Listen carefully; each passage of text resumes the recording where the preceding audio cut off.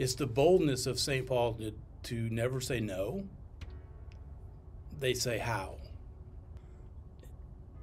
It's the boldness of people saying what's next.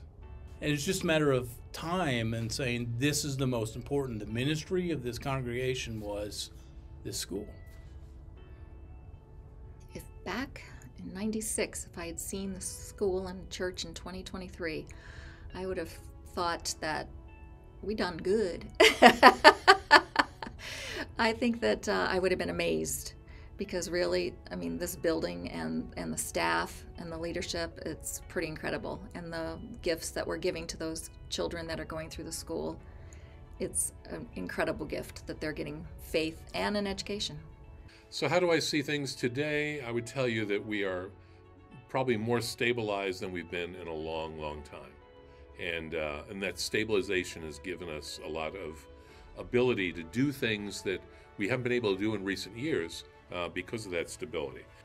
We're at a place now where I believe we can really make an impact in Peachtree City. I think there's really a time now for us to flourish and to really break open. I truly believe that we've reached the pinnacle of time where things are working together. So the school is probably, in my opinion, probably the healthiest it's ever been, with a great staff and a great principal.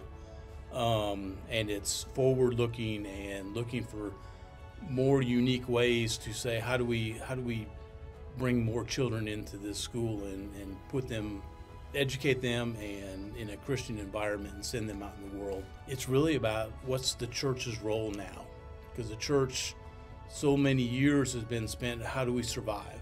How do we support each other? But I think we've reached the pinnacle now of how do we support beyond the walls of this building. St. Paul has always been there for me. From 4th grade through now, has always been there for me and my faith and my growing. In high school, I'm going to get emotional. In high school, I remember feeling alone.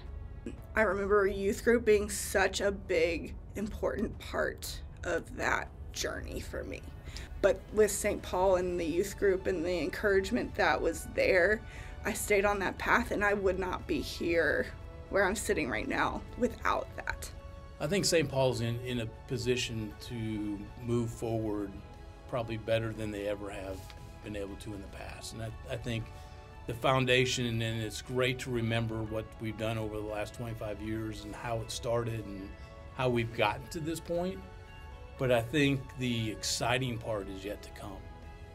St. Paul is like a painting that God is painting.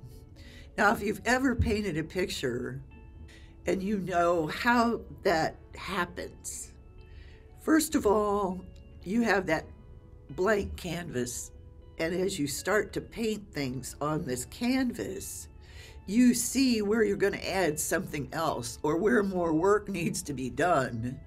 And I see St. Paul as God's painting here, his work of art that he's creating and has created in the last 27 years.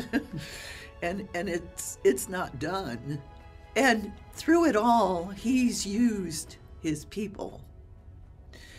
A church is people. A church is the bride of Christ.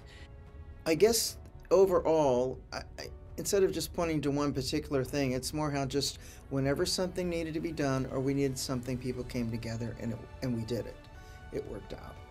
It's like there wasn't any insurmountable thing that was put in front of us. We just would find a way to do it. And that's, I guess, always been seems like the spirit of St. Paul.